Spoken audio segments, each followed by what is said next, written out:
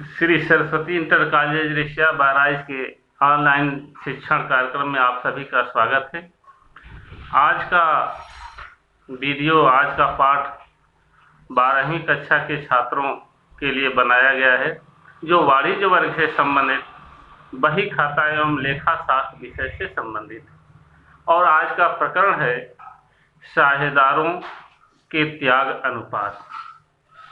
प्यारे बच्चों, पिछले वीडियो में हमने बताया था कि किन परिस्थितियों में नए साझेदार की आवश्यकता पड़ती है, कब नए साझेदार को फर्म में प्रवेश दिलाया जाता है। जब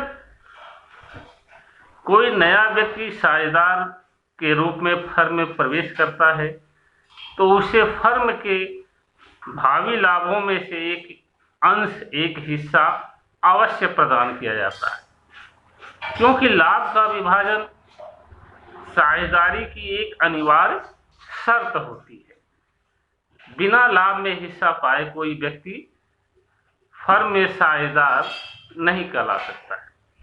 तो जो व्यक्ति फर्म में साझेदार के रूप में प्रवेश करता है वो लाभ में से कुछ न कुछ हिस्सा अवश्य प्राप्त करता है, और पुराने साझेदारों में से या तो सभी साझेदारों को या कुछ साझेदारों को या किसी एक साझेदार को अपने पुराने लाभ के हिस्से में से, अपने पुराने लाभ के अंश में से कुछ अंश का, कुछ भाग का त्याग कर उसे नए साझेदार को देना होता है। तो जब सभी साझेदार या कुछ साझेदार या कोई एक साझेदार अपने पुराने लाभ विभाजन अनुपात में से जितनी कमी करता है, जितना नए साझेदार को दे देता है, उतना वो अपने लाभ का त्याग कर दिया, सैक्रिफाइस कर दिया। उसके लाभ में इस प्रकार से होने वाली कमी को ही त्याग कहा गया है कि वह अपना लाभ का कुछ भाग, लाभ का कुछ हिस्सा नए प्रवेश करने वाले साझेदार के पक्ष में सैक्रिफाइस कर दिया, त्याग कर दिया। नया साझेदार जब फर्म में प्रवेश करता है तो लाभ में से उसका जो हिस्सा निश्चित किया जाता है, लाभ में से जो हिस्सा प्राप्त करता है वह पुराने साझेदारों से या पुराने साझेदार से प्राप्त करने के किस तरह से प्राप्त करेगा, उसकी निम्न 3 स्थितियां हो सकती।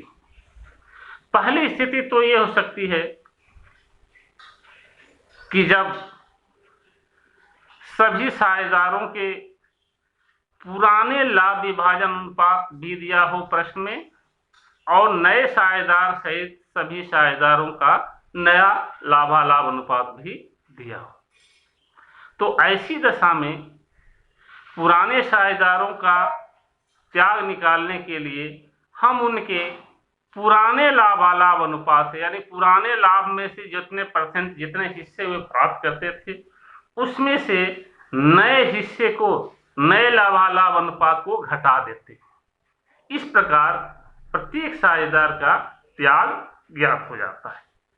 यानी इस पद्धति में, इस स्थिति में साझेदारों का त्याग अनुपात ज्ञात करने का एक सिंपल सा, एक सरल सा सूत्र बन जाता है कि sacrifice ratio equal to old ratio minus new ratio. याद रखिएगा कि केवल पुराने साझेदार ही सैक्रिफाइस करते हैं, त्याग करते हैं।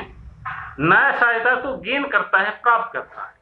इसलिए केवल पुराने साझेदारों के, उनके पुराने लाभालाभ अनुपात में से नए लाभालाभ अनुपात को घटा देंगे, तो जिसका जितना कमी आई या घटाने के बाद जितना अंश आया वही पुराने साझेदारों का त्याग अनुपात बन जाएगा। दूसरी स्थिति हो सकती है कि जब पुराना साझेदार अपना पुराना लाभ अनुपात दिए हों और नए साझेदार का लाभालाभ अनुपात दिया हो, इसके बारे में कुछ न कहा गया हो कि नया साझेदार किस साझेदार से किस रेशियो में अपना अंश प्राप्त करेगा, बल्कि केवल 2 चीज दी गई हो पुराने साझेदारों का पुराना लाभालाभ अनुपात दिया हो और नए साझेदार का हिस्सा दिया हो, तो ऐसी स्थिति में पुराने सभी साझेदारों का त्याग अनुपात ठीक वही बना रहेगा या ठीक वही आएगा घटाने पर भी जो उनके पुराने लाभ विभाजन में अनुपात था। अगर इसको हम ऊपर बताए गए सूत्र यानी sacrifice ratio equal to old ratio minus new ratio करके कैलकुलेशन करेंगे, निकालेंगे, तो भी यही आएगा कि उनका जो पुराना लाभालाभ अनुपात है वही उनका यहाँ पर त्याग अनुपात भी बन जाता है। त्याग अनुपात ज्ञात करने की तीसरी स्थिति हो सकती है कि जब पुराने साझेदारों के त्याग प्रश्न में ही दिए हों कि वह नए साझेदार के पक्ष में अपने पुराने लाभ का कितना भाग त्याग कर रहे हैं, ये प्रश्न में दिया हो सकता है। ऐसी स्थिति में आवश्यक नहीं है कि सभी साझेदार अपने पुराने लाभ विभाजन अनुपात में ही नए साझेदार के लिए त्याग करें, सबका त्याग अलग अलग रेशियो में हो सकता है।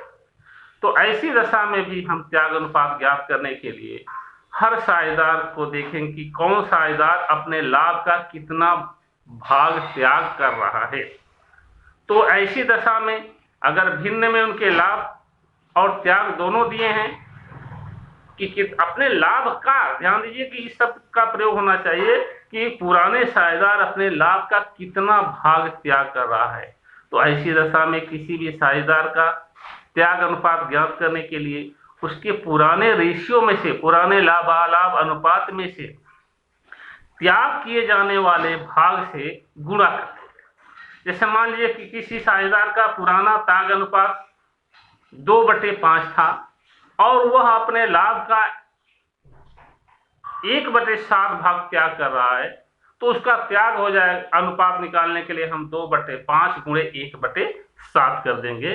यही स्थिति सभी पुराने साझेदारों के साथ की जाएगी कि वे अपने अपने व्यक्तिगत लाभ में से अपने लाभ का कितना भाग नए साझेदार को त्याग करके उसके पक्ष में छोड़ रहे हैं। इस प्रकार सभी साझेदारों का त्याग अनुपात ज्ञात हो जाएगा। तो प्यारे बच्चों, नए साझेदार के प्रवेश के समय ये 3 स्थितियां हो सकती हैं। 3 सिचुएशन में प्रश्न आपको हल करने पड़ सकते हैं। आप प्रश्न को पहले ध्यान से पढ़कर समझिए कि कौन सी स्थिति दी गई है, हमें किस प्रकार से साझेदारों का त्याग अनुपात ज्ञात करना है। सभी साझेदारों का त्याग अनुपात ज्ञात करना बहुत महत्वपूर्ण हो जाता है, क्योंकि जो साझेदारी